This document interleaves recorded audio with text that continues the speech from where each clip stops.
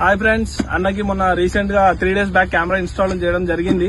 ఇది solar camera మన వెంకటాపురం అగ్రహారంలో పెట్టడం జరిగింది, తూప్రాన్ దగ్గర.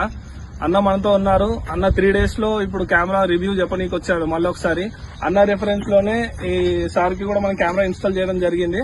అన్న ఒకసారి అన్న మాటల్లో చెప్తాడు కెమెరా పెట్టుకున్న తర్వాత ఎలా ఉంది, ఏంటి దాని పర్ఫార్మెన్స్ ఏంటి అనేది. అది మీకు కూడా యూజ్ అవుతుంది. ఒకసారి అన్న మాటల్లో వినండి.